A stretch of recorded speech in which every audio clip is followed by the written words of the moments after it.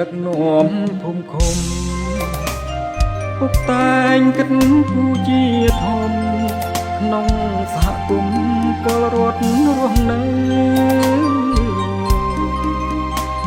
បារម្ភសុខទុក្ខជីវភាពរស់នៅពុកតែងផ្ដល់ភាពកក់ក្ដៅដល់កូនចៅ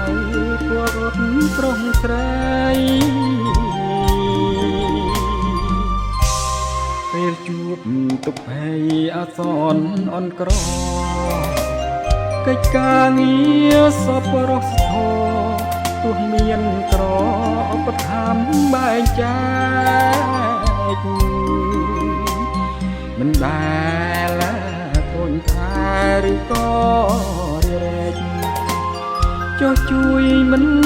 ចាំដល់ស្អែកចែករំលែកដល់ដៃគ្រប់គ្នាលោកពុកខ្ញុំអើយអត់ទេឆាធ្វើការមិនចេះធុញឡើយឲ្យតែរៀងមូលដ្ឋានបានសុខគិតគូស្ពានថ្នល់អភិវឌ្ឍមិនឈប់បញ្ហានៅចំពោះមុខក្នុងភូមិស្រុកមិនទុកចោលឡើយ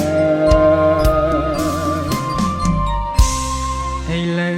សង្វាយផ្លែកច្រើនខ្លាំងណាស់ពលរដ្ឋជឿ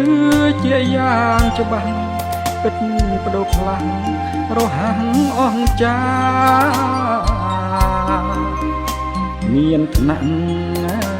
ដឹកនាំវៀងវៃខ្លាំងខ្លាអាណត្តិក្រោយកូននឹងគ្រួសារសូមសន្យាបងឲ្យពុកទៀត